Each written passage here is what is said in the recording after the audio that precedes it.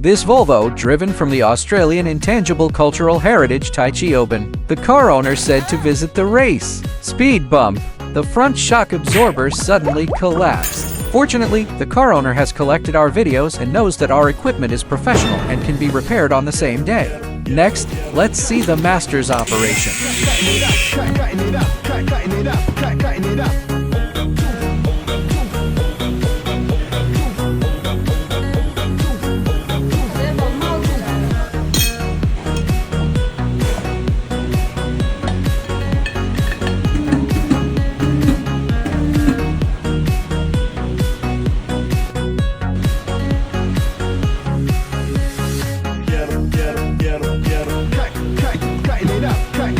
Can you give a thumbs up to the master for this repair? If you need to know about air shock absorber accessories, please feel free to leave a comment in your city.